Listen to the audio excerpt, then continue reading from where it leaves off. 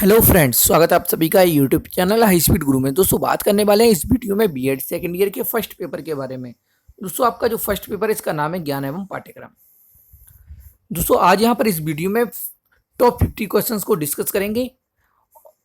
ये जो क्वेश्चंस होंगे आपके एमसीक्यू क्वेश्चन होंगे। सभी क्वेश्चन जो है आपके इंपॉर्टेंट हैं। दोस्तों इससे पहले फर्स्ट पेपर के 5 पार्ट और बना दिए हैं, जिनका लिंक आपको डिस्क्रिप्शन में मिल जाएगा, आप लोग जाकर देख सकते हैं। और दोस्तों बीएड सेकंड ईयर के कंप्लीट नोट्स बना दिए गए हैं, जिनका लिंक भी आपको डिस्क्रिप्शन में मिल जाएगा, आप लोग वहां से जाकर देख सकते हैं। आइए दोस्तों शुरू करते हैं क्वेश्चन को। पहला क्वेश्चन जो है आपके सामने आ चुका है। यहाँ पर जो भी क्वेश्चन डिस्कस किए जाएंगे ये सभी इंपॉर्टेंट क्वेश्चन रहेंगे। आप चाहे तो इनका स्क्रीनशॉट ले सकते हैं या कॉपी पर भी नोट कर सकते हैं। तो दोस्तों पहला क्वेश्चन देखते हैं। ज्ञान एक ऐसी शक्ति है जिसकी सहायता से कोई भी कार्य किया जा सकता है, किसने कहा है? ऑप्शन ए रूसो ने, बी सुकरात ने, सी अरस्तु ने और डी प्लेटो ने। ज्ञान एक ऐसी शक्ति है जिसकी सहायता से कोई भी कार्य किया जा सकता है, किसने कहा है? तो दोस्तों आपका जो राइट आंसर बनेगा वो होगा बी सुकरात। ये कहा है सुकरात ने। आप टिक कर लीजिए इसे और आगे बढ़ते हैं अगले क्वेश्चन की तरफ। सत्य स्वयं प्रकाशित होता है, यह कहा गया है। ऑप्शन ए दिया गया है तत्व मीमांसा दर्शन में, बी ज्ञान मीमांसा दर्शन में, सी जैमिनी मीमांसा दर्शन में, डी मूल्य मीमांसा दर्शन में। दोस्तों मोस्ट इंपोर्टेंट क्वेश्चन है ये और कई बार एग्जाम में पूछा गया है ये। फिर से देखते हैं। सत्य जो है, सत्य स्वयं प्रकाशित होता है, यह कहा गया है। दोस्तों आपका राइट आंसर बनेगा सी जैमिनी मीमांसा दर्शन में। ये कहा गया है कि सत्य जो है स्वयं प्रकाशित होता है। अगला क्वेश्चन देखते हैं। दर्शन ज्ञान का विज्ञान है, यह कथन है। ऑप्शन ए सुकरात का, बी फिक्ते का, सी अरस्तु का, डी रूसो का। दोस्तों अच्छा क्वेश्चन है, फिर से देख लीजिए। दर्शन जो है ज्ञान का विज्ञान है, यह कथन है। दोस्तों ये जो कथन है आपका फिक्ते का है। राइट आंसर बनेगा आपका बी फिक्ते का। टिक कर लीजिए इसे बी। अगले क्वेश्चन की तरफ बढ़ते हैं।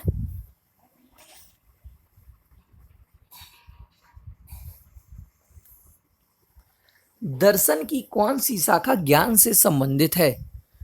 ऑप्शन ए दिया गया है तत्व मीमांसा दर्शन, बी ज्ञान मीमांसा दर्शन, सी तर्कशास्त्र, डी मूल्य मीमांसा दर्शन। दोस्तों क्वेश्चन में पूछा जा रहा है कि दर्शन की कौन सी शाखा ज्ञान से संबंधित है। जब ज्ञान से संबंधित की बात की जा रही तो आपका राइट आंसर बन जाएगा बी ज्ञान मीमांसा दर्शन। टिक कर लीजिए इसे दोस्तों और बढ़ते हैं अगले क्वेश्चन की तरफ।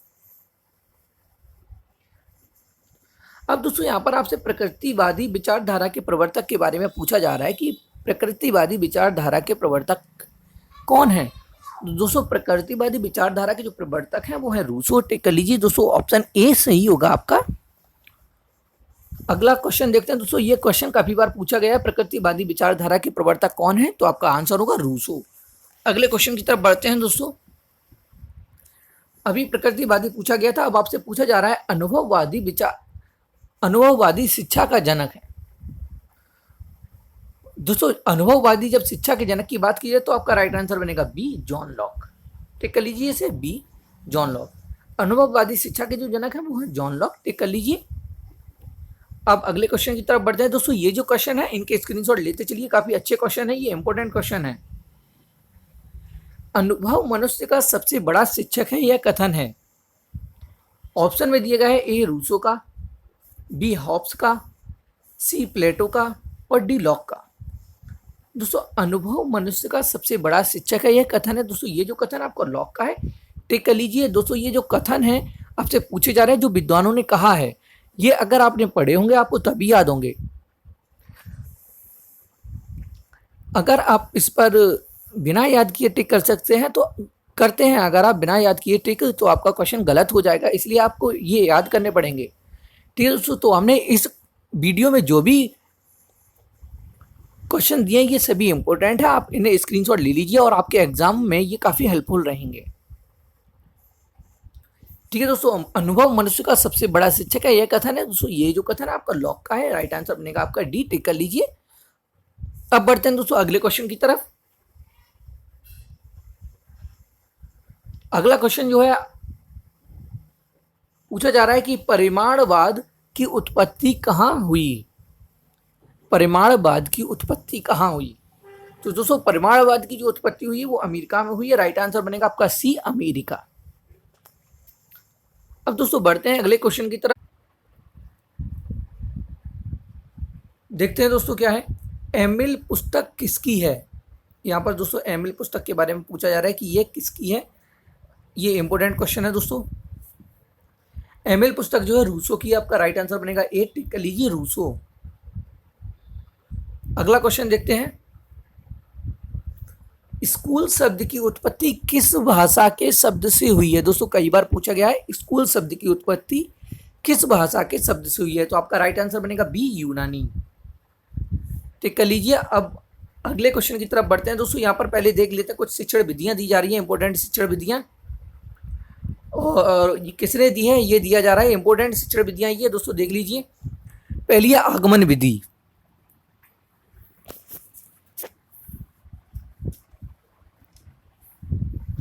आगमन विधि जो है ये अरस्तू ने दी है। आपका राइट आंसर बनेगा अरस्तू। और दोस्तों निगमन विधि भी पूछी जाए तो ये भी अरस्तू ने दी है। तो आप याद रखिएगा आगमन विधि और निगमन विधि ये दोनों ही विधियां जो हैं अरस्तू ने दी हैं। अब दोस्तों आगे देखते हैं। अब है अगली प्रश्नोत्तर विधि। प्रश्नोत्तर विधि की बात की जाए दोस्तों, प्रश्नोत्तर विधि जो है सुकरात ने दी है। और परिचर्चा विधि जो है, परिचर्चा विधि भी जो है दोस्तों सुकरात ने ही दी है। तो आपका जो आगमन विधि है वो अरस्तू ने, निगमन विधि भी अरस्तू ने, और प्रश्नोत्तर और परिचर्चा विधि जो है सुकरात ने दी है। ठीक है, याद रखिएगा दोस्तों, अच्छे पॉइंट हैं ये। और ये वो विधियां हैं जो एग्जाम में पूछी जा सकती हैं आपकी। परिचर्चा जो विधि होती है दोस्तों, ये जो है ये द्विपक्षीय विधि होती है। परिचर्चा जो विधि है ये द्विपक्षीय विधि है। इसमें दोस्तों जो टॉपिक होता है उसका पूर्व ज्ञान होता है। ठीक है दोस्तों। अब दोस्तों बढ़ते हैं अगली विधि की तरफ। अब दोस्तों आगे है खोज विधि। खोज विधि दोस्तों इसे जो है ह्यूरिस्टिक विधि भी कहा जाता है। ह्यूरिस्टिक विधि ये जो है आर्मस्ट्रांग ने दी है।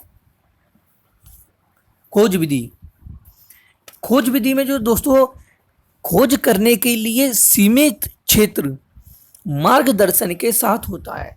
दोस्तों इसमें क्या होता है, एक सीमित क्षेत्र होता है, वो भी मार्गदर्शन के साथ होता है। खोज करने के लिए एक सीमित क्षेत्र मार्गदर्शन के साथ में होता है।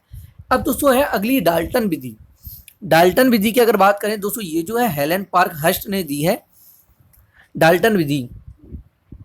इसमें क्या है दोस्तों, खोज करने के लिए असीमित मार्गदर्शन क्षेत्र होता है। दोस्तों इसमें जो है सीमित मार्गदर्शन क्षेत्र होता है और इसमें जो है असीमित मार्गदर्शन क्षेत्र होता है। याद रखिएगा दोस्तों, खोज विधि आपकी आर्मस्ट्रांग ने दी है और डाल्टन विधि जो है हेलन पार्क हर्स्ट ने दी है।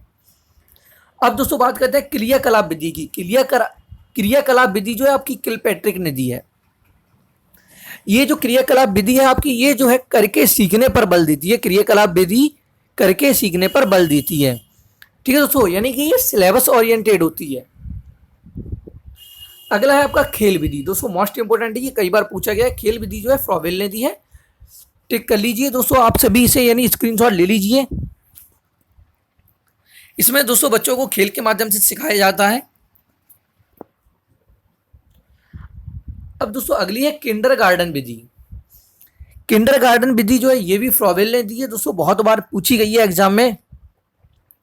यहां से आपका कभी कभी एक क्वेश्चन पूछ लिया जाता है, जो किंडरगार्टन जो शब्द है ये कहां से लिया गया है। तो दोस्तों ये जो है किंडरगार्टन जो है एक जर्मन शब्द है। याद रखिएगा दोस्तों, ये एक जर्मन शब्द है। कभी कभी पूछ लिया जाता है किंडरगार्टन जो शब्द है जर्मन शब्द है। अब दोस्तों फिर पूछा जा सकता है आपसे इसका अर्थ क्या होता है। तो दोस्तों इसका अर्थ है खेल का मैदान। याद रखिएगा किंडरगार्टन जो विधि है ये फ्रॉवेल ने दी है। और दोस्तों ये किंडरगार्टन शब्द जो है कहां से लिया गया है, जर्मन से, यानी ये जर्मन शब्द है। और इसका अर्थ क्या होता है दोस्तों, खेल का मैदान। ठीक है, याद रखिएगा। अब दोस्तों लास्ट देखते हैं मांटेसरी विधि। दोस्तों इंपॉर्टेंट है ये, जो भी विधियां बताई गई हैं सभी इंपॉर्टेंट है। आप चाहे स्क्रीनशॉट ले सकते हैं। मांटेसरी विधि जो है मारिया मांटेसरी ने दी है। दोस्तों ये जो है इटली की थी और इन्हें पहली महिला डॉक्टर कहा जाता है, यानी फर्स्ट लेडी डॉक्टर कहा जाता है मारिया मांटेसरी को। जो दोस्तों मॉन्टेसरी विधि है ये आपकी क्रियाकलाप विधि और खेल विधि का मिश्रण है, यानी क्रियाकलाप विधि और खेल विधि का मिश्रण है। ठीक है दोस्तों, अब दोस्तों बढ़ते हैं क्वेश्चन की तरफ। आपके सामने क्वेश्चन जो है आ चुके हैं। पहला क्वेश्चन है, निम्नलिखित में से ज्ञान प्राप्त करने की कौन सी विधि है? निम्नलिखित में से ज्ञान प्राप्त करने की कौन सी विधि है? ऑप्शन में है आगमन विधि, बी निगमन विधि, सी प्रयोग विधि, डी उपयुक्त सभी। तो दोस्तों ये सभी को पता होगा कि ये जो जितनी विधियां दी जा रही है ये सभी ज्ञान प्राप्त करने की ही विधियां, तो आपका राइट आंसर बनेगा डी उपयुक्त सभी। टिक कर लीजिए उपयुक्त सभी। अब दोस्तों बढ़ते हैं अगले क्वेश्चन की तरफ। यह पूछा जा रहा है, शैशवावस्था के लिए उत्तम विधि कौन सी है?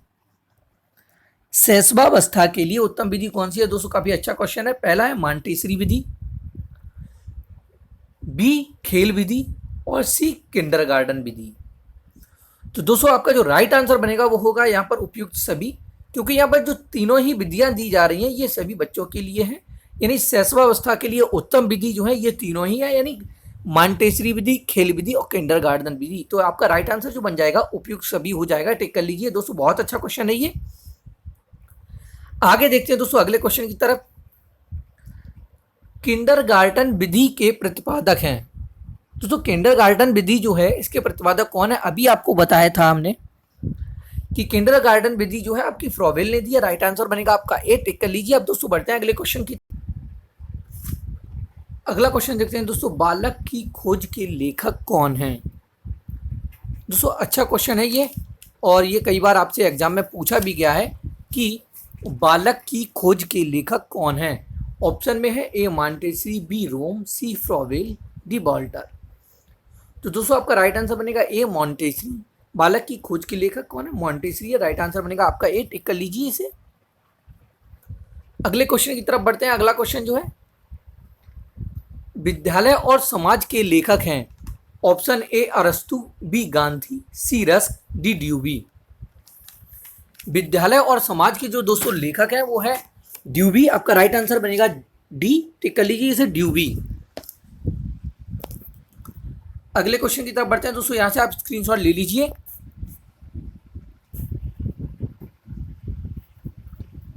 अगला क्वेश्चन है, मनोविश्लेषणवाद के प्रवर्तक हैं। दोस्तों ये क्वेश्चन जो है कई बार पूछा गया है एग्जाम में। मनोविश्लेषणवाद के प्रवर्तक हैं। दोस्तों मनोविश्लेषणवाद के प्रवर्तक पूछे जा रहे हैं। ऑप्शन में है ए स्किनर, बी फ्रॉयड, सी एंजले, डी अरस्तु। दोस्तों मनोविश्लेषणवाद के जो प्रवर्तक हैं वो फ्रॉयड हैं। राइट आंसर बनेगा आपका बी फ्रॉयड।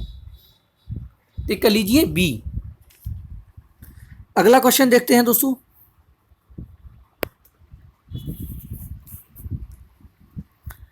ब्लूम के अनुसार शिक्षा के उद्देश्य हैं। दोस्तों इससे पहले भी जो वीडियो बनाई थी उनमें भी ये क्वेश्चन बताया गया था। दोस्तों ये जो है मोस्ट इंपोर्टेंट क्वेश्चन है आपका, और ये आपसे एग्जाम में कई बार पूछा गया है। ब्लूम के अनुसार शिक्षा के उद्देश्य हैं। दोस्तों ब्लूम ने जो है शिक्षा के 3 उद्देश्य बताए हैं। ये उद्देश्य कौन कौन से हैं? दोस्तों पहला है आपका ज्ञानात्मक, और दूसरा है भावात्मक, तीसरा है क्रियात्मक। याद रखिएगा दोस्तों, आपसे पूछे जा सकते हैं ये कौन कौन से उद्देश्य हैं, ज्ञानात्मक, भावात्मक और क्रियात्मक। अगला क्वेश्चन देखते हैं दोस्तों। अगला है, किस प्रकार के विकास से जीन पियाजे का संबंध है? ऑप्शन में है नैतिक विकास, बी संवेगात्मक विकास, सी संज्ञानात्मक विकास और डी सांस्कृतिक विकास। दोस्तों आपका जो राइट आंसर बनेगा वो होगा सी संज्ञानात्मक विकास। जीन पियाजे का संबंध जो है दोस्तों संज्ञानात्मक विकास से है। राइट आंसर आपका सी बनेगा। ये कई बार पूछा गया है एग्जाम में। टिक कर लीजिए दोस्तों इसे। आगे बढ़ते हैं अगले क्वेश्चन की तरफ। 10+2+3 संरचना का प्रस्ताव था। 10+2+3 संरचना का प्रस्ताव था। दोस्तों अब इसका राइट आंसर जो बनेगा कोठारी आयोग बनेगा ए। राइट आंसर होगा आपका ए कोठारी आयोग। 10+2+3 संरचना का प्रस्ताव था कोठारी आयोग। अगले क्वेश्चन की तरफ बढ़ते हैं। अगला क्वेश्चन जो है, समस्या समाधान विधि के जनक कौन हैं? दोस्तों अब आपसे समस्या समाधान विधि पूछी जा रही है कि समस्या समाधान विधि किसने दी है। तो दोस्तों समस्या समाधान विधि जो है आपका राइट आंसर इसमें बनेगा ए, सुकरात तथा सेंट थॉमस। याद रखिएगा दोस्तों, इसे टिक कर लीजिए, सुकरात तथा सेंट थॉमस। अगले क्वेश्चन की तरफ बढ़ते हैं। अगला है रिपब्लिक का रचयिता कौन है। रिपब्लिक का रचयिता कौन है। ऑप्शन ए सुकरात, बी प्लेटो, सी अरस्तु और डी किलपैट्रिक। तो दोस्तों आपका जो राइट आंसर बनेगा वो होगा बी, प्लेटो। रिपब्लिक का रचयिता कौन है, प्लेटो है। राइट आंसर बनेगा आपका बी, टिक कर लीजिए दोस्तों। और आगे बढ़ते हैं अगले क्वेश्चन की तरफ। दोस्तों बहुत अच्छा क्वेश्चन है ये, कई बार पूछा गया। प्रधानाध्यापक जन्मजात निर्मित दोनों होता है, किसने कहा है। प्रधानाध्यापक जन्मजात व निर्मित दोनों होता है, किसने कहा है। तो दोस्तों आपका राइट आंसर बनेगा सी, पी रेन ने कहा है ये। टिक कर लीजिए इसे दोस्तों, पी रेन। अगला क्वेश्चन देखते हैं। करिकुलम शब्द की उत्पत्ति लैटिन भाषा के किस शब्द से हुई है। दोस्तों अच्छा क्वेश्चन है, इस क्वेश्चन से आपके 3 क्वेश्चन बनेंगे। पहला आपसे पूछा जा रहा है कि कैरिकुलम शब्द की उत्पत्ति लैटिन भाषा के किस शब्द से हुई है। तो दोस्तों आपका राइट आंसर बनेगा सी, क्यूरेर। या आपसे पूछा जा सकता है दोस्तों, जो आपका कैरिकुलम शब्द है, कैरिकुलम शब्द जो है ये किस भाषा से लिया गया है। तो दोस्तों आपका आंसर होगा लैटिन भाषा से लिया गया है। ठीक है दोस्तों, तो याद रखिएगा ये इंपॉर्टेंट क्वेश्चन है। कैरिकुलम शब्द की उत्पत्ति किस भाषा के शब्द से हुई ये दोस्तों, तो आपका आंसर होगा लैटिन भाषा के। और दोस्तों वो शब्द कौन सा है, तो आपका आंसर होगा क्यूरेर। ठीक है, याद रखिएगा दोस्तों। चलिए दोस्तों आगे देखते हैं, अगले क्वेश्चन की तरफ बढ़ते हैं।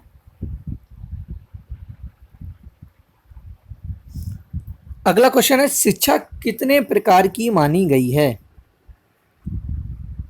शिक्षा कितने प्रकार की मानी गई है। दोस्तों राइट आंसर होगा आपका ए, 2 प्रकार की मानी गई है शिक्षा। अगला देखते हैं दोस्तों, अगला क्वेश्चन जो है, किस दार्शनिक आधार पर निर्मित पाठ्यक्रम छात्र केंद्रित होता है। दोस्तों अच्छा क्वेश्चन है ये।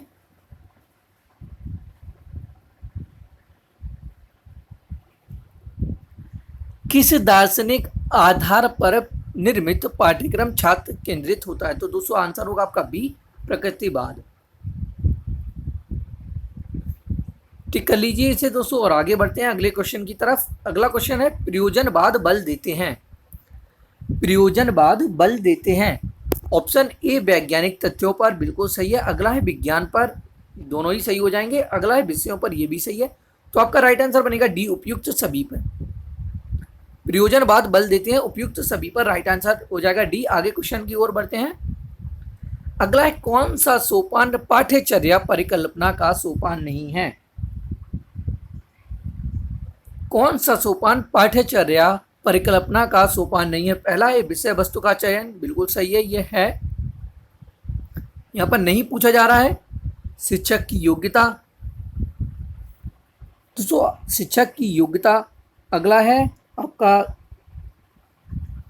स्थिति विश्लेषण, ये भी है। और नेक्स्ट आपका तार्किक का विचार, ये भी है। तो दोस्तों यहाँ पूछा जा रहा है कौन सा सोपान पाठ्यचर्या परिकल्पना का सोपान नहीं है। तो दोस्तों आपका हो जाएगा शिक्षक की योग्यता। ठीक कर लीजिए इसे बी, राइट आंसर बनेगा आपका। अगला क्वेश्चन देखते हैं। पाठ्यचर्या पर्यावरण में होने वाली क्रियाओं का योग है, यह कथन किसका है। पाठ्यचर्या पर्यावरण में होने वाली क्रियाओं का योग है, यह कथन किसका है। ऑप्शन ए हेनरी का, बी ब्यूसेम्प का, सी एनन का और डी फ्रॉवेल का। तो दोस्तों जो आपका राइट आंसर बनेगा वो होगा सी, एनन का। पाठ्यचर्या पर्यावरण में होने वाली क्रियाओं का योग है, ये कथन किसका है। दोस्तों एनन का है। टिक कर लीजिए, कई बार पूछा गया है एग्जाम में, मोस्ट इंपोर्टेंट क्वेश्चन आपके सामने आ चुका है। यहां पूछा जा रहा है हम करके सीखते हैं। हम करके सीखते हैं किसने कहा है। ऑप्शन ए डॉक्टर मेस ने, बी योकम ने, सी सिम्पसन ने और डी कॉल्सनिक ने। तो दोस्तों हम करके सीखते हैं, ये जो है डॉक्टर मेस ने कहा है। आपका राइट आंसर बनेगा ए, टिक कर लीजिए डॉक्टर मेस।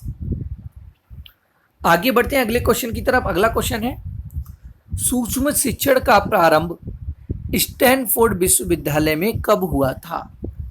यहां से दोस्तों आपके दो क्वेश्चन बनेंगे। पहला पूछा जा रहा है सूक्ष्म शिक्षण का प्रारंभ स्टैनफोर्ड विश्वविद्यालय में कब हुआ था? तो दोस्तों स्टैनफोर्ड विश्वविद्यालय में जो इसका प्रारंभ हुआ था वो आपका 1961 में हुआ था। राइट आंसर बनेगा आपका सी, 1961, 1961। और आपसे ये पूछा जा सकता है कि सूक्ष्म शिक्षण का प्रारंभ कब हुआ, तो भी आपका आंसर होगा 1961 में। और अगर आपसे पूछा जाए कि सूक्ष्म शिक्षण का प्रारंभ किस विश्वविद्यालय से हुआ, तो होगा आपका स्टैनफोर्ड विश्वविद्यालय से। ठीक है दोस्तों, आगे बढ़ते हैं अगले क्वेश्चन की तरफ। अगला क्वेश्चन है आपके सामने, शिक्षा सबके लिए है संविधान के किस अनुच्छेद में है? दोस्तों कई बार पूछा गया है, ये क्वेश्चन इंपॉर्टेंट है, कई बार बीएड एग्जाम में पूछा गया है ये, तो मोस्ट इंपोर्टेंट क्वेश्चन है। तो आपका राइट आंसर बनेगा ए, अनुच्छेद 45। शिक्षा सबके लिए है संविधान के किस अनुच्छेद में है? अनुच्छेद 45 में है। टिक कर लीजिए दोस्तों, ए आपका राइट आंसर बनता है। और बढ़ते हैं दोस्तों अगले क्वेश्चन की तरफ। अगला है जनरल लेजर किस प्रकार का अभिलेख है? तो दोस्तों ये कई बार पूछा गया है आपसे, जनरल लेजर जो है, जनरल लेजर किस प्रकार का अभिलेख है? राइट आंसर बनेगा आपका सी, वित्तीय अभिलेख है ये। टिक कर लीजिए इसे दोस्तों। और दोस्तों बढ़ते हैं अब अगले क्वेश्चन की तरफ। अगला क्वेश्चन जो है,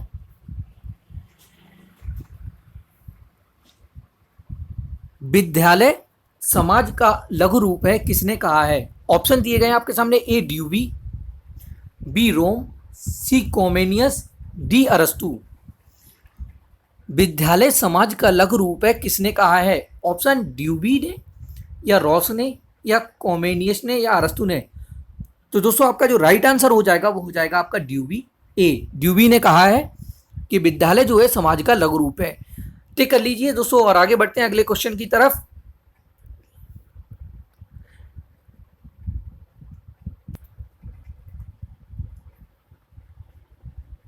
देखते हैं दोस्तों, यहां पूछा जा रहा है लैंग्वेज शब्द की उत्पत्ति किस लैटिन शब्द से हुई है? लैंग्वेज शब्द की उत्पत्ति किस लैटिन शब्द से हुई है? ऑप्शन ए है लैंग्वाटिक। दोस्तों इंपॉर्टेंट क्वेश्चन है ये, कई बार पूछा गया है ये एग्जाम में आपके। लैंग्वाटिक या लिंग्वाटिकम या लैंग्वा या इनमें से कोई नहीं। दोस्तों बहुत अच्छा क्वेश्चन है ये, कई बार पूछा गया है। दोस्तों लैंग्वेज शब्द की उत्पत्ति जो है आपकी लैंग्वा शब्द से हुई है। ये एक लैटिन शब्द है आपका लैंग्वा। याद रखिएगा दोस्तों, यहां से आपसे एक क्वेश्चन और पूछा जा सकता है कि आपका लैंग्वेज जो शब्द है ये किस भाषा से लिया गया है, तो भी आपका आंसर होगा लैटिन भाषा। याद रखिएगा दोस्तों, इंपॉर्टेंट क्वेश्चन है ये। और आगे बढ़ते हैं अगले क्वेश्चन की तरफ। अगला है प्रेरणा छात्र में रुचि उत्पन्न करने की कला है, यह कथन है। प्रेरणा छात्र में रुचि उत्पन्न करने की कला है, यह कथन है। ऑप्शन ए दिया है थॉमसन का, बी यंग का, सी लॉवेल का, डी एंडरसन का।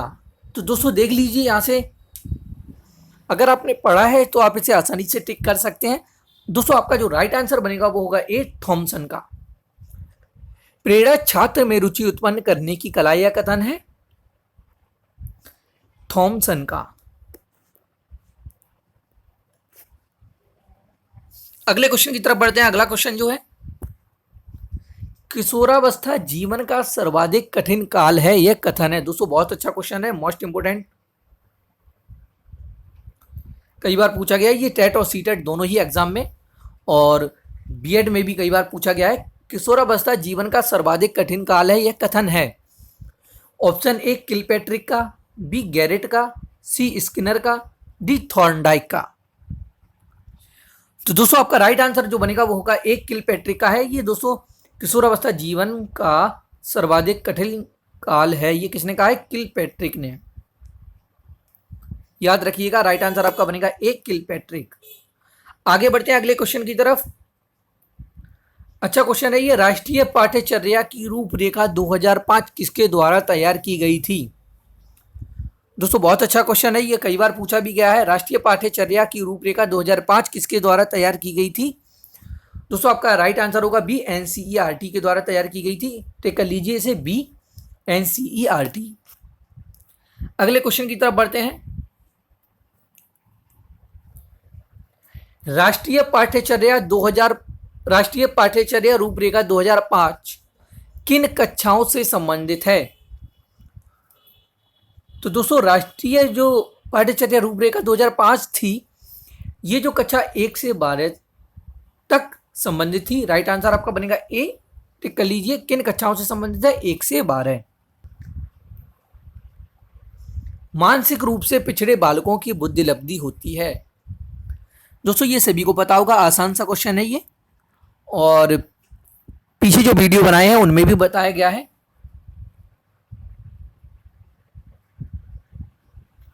मानसिक रूप से पिछड़े बालकों की बुद्धि लब्धि होती है। दोस्तों आपका राइट आंसर जो बनेगा आपका होगा सी, 80 से 90 तक। टिक कर लीजिए इसे दोस्तों।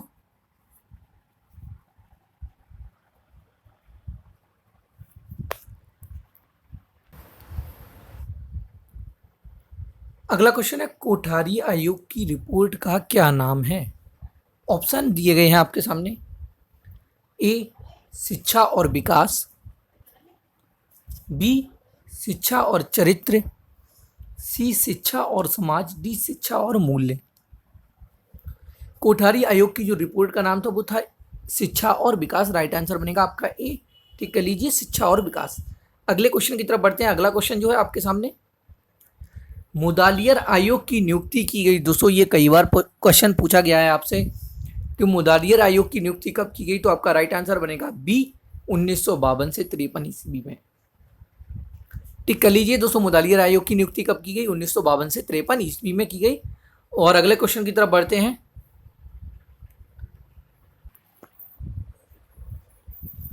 देखते हैं दोस्तों क्वेश्चन क्या है आपके सामने। प्रयोजन विधि का जनक किसे माना जाता है, यानी प्रोजेक्ट विधि जो है आपकी, इसका जनक किसे माना जाता है? तो दोस्तों आपका राइट आंसर बनेगा डी, जॉन ड्यूबी। टिक कर लीजिए इसे डी, जॉन ड्यूबी।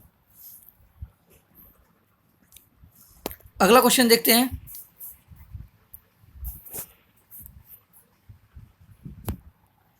अगला है, डिस्पाइल शब्द का अर्थ क्या है?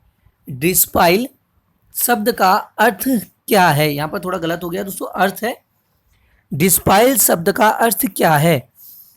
तो दोस्तों डिस्पाइल शब्द का जो अर्थ है वो होता है शिष्य। राइट आंसर आपका बनेगा बी। ये कई बार एग्जाम में पूछा गया है, इंपॉर्टेंट क्वेश्चन है ये। डिस्पाइल शब्द का अर्थ क्या है? वो है शिष्य। ठीक कर लीजिए, आगे बढ़ते हैं अगले क्वेश्चन की तरफ। अच्छा क्वेश्चन है, कठोरता, मृदुलता से मृदुलता तथा प्रीत से प्रीत उत्पन्न होती है, किसने कहा है? ऑप्शन ए, हर्बर्ट स्पेंसर ने, बी, स्टीफेंसन ने, सी, लॉक ने, और डी, रूसो ने। दोस्तों बहुत अच्छा क्वेश्चन है ये जो है आपका, हर्बर्ट स्पेंसर ने कहा है। राइट आंसर बनेगा ए, हर्बर्ट स्पेंसर। कठोरता से कठोरता, मृदुलता से मृदुलता तथा प्रीत से प्रीत उत्पन्न होती है, किसने कहा है दोस्तों? हर्बर्ट स्पेंसर ने कहा है। राइट आंसर बनेगा आपका ए। आगे बढ़ते हैं अगले क्वेश्चन की तरफ। शिक्षक केंद्रित शिक्षण प्रणाली में प्रधानता होती है। दोस्तों आपसे पूछा जा रहा है कि शिक्षक केंद्रित शिक्षण प्रणाली में प्रधानता होती है। ऑप्शन है बच्चों की, बी, प्रधानाचार्यों की, सी, ए व बी दोनों की, डी, इनमें से कोई नहीं। तो दोस्तों आपका राइट आंसर बनेगा सी, ए व बी दोनों की, बच्चों की और प्रधानाचार्यों की। ठीक है, टिक कर लीजिए आप सी को। राइट आंसर बनेगा आपका सी। आगे अगले क्वेश्चन की तरफ बढ़ते हैं दोस्तों। बाल केंद्रित शिक्षण प्रणाली अनुपयुक्त है। अब यहां पर दोस्तों देख लीजिए, यहां पर पूछा जा रहा है अनुपयुक्त है, बाल केंद्रित शिक्षण प्रणाली अनुपयुक्त है। ऑप्शन ए, प्राथमिक शिक्षा के लिए, बी, माध्यमिक शिक्षा के लिए, सी, इंटरमीडिएट शिक्षा के लिए, और डी, किसी के लिए नहीं। तो दोस्तों आपका राइट आंसर बन जाएगा डी, किसी के लिए, क्योंकि ये सभी जो बाल केंद्रित शिक्षण प्रणाली जो है सभी के लिए उपयुक्त है। तो टिक कर लीजिए दोस्तों, यहाँ पर अनुपयुक्त पूछा जा रहा है, तो आपका राइट आंसर जो बन जाएगा डी हो जाएगा, किसी के लिए नहीं। लास्ट क्वेश्चन की तरफ बढ़ते हैं। लास्ट क्वेश्चन देखते हैं दोस्तों, आपके सामने लास्ट क्वेश्चन आ चुका है। दोस्तों जो भी चैनल पर फर्स्ट टाइम विजिट कर रहे हैं प्लीज़ चैनल को सब्सक्राइब कर लीजिए, जिससे कि आपको आने वाला वीडियो मिल सके। ठीक है दोस्तों, तो लास्ट क्वेश्चन देखते हैं। प्राथमिक शिक्षा कितने वर्ष तक बालकों के लिए गुणात्मक रूप से आवश्यक है? प्राथमिक शिक्षा कितने वर्ष तक के बालकों के लिए गुणात्मक रूप से आवश्यक है? राइट आंसर आपका बनेगा ए, 14 वर्ष। टिक कर लीजिए दोस्तों इसे, 14 वर्ष।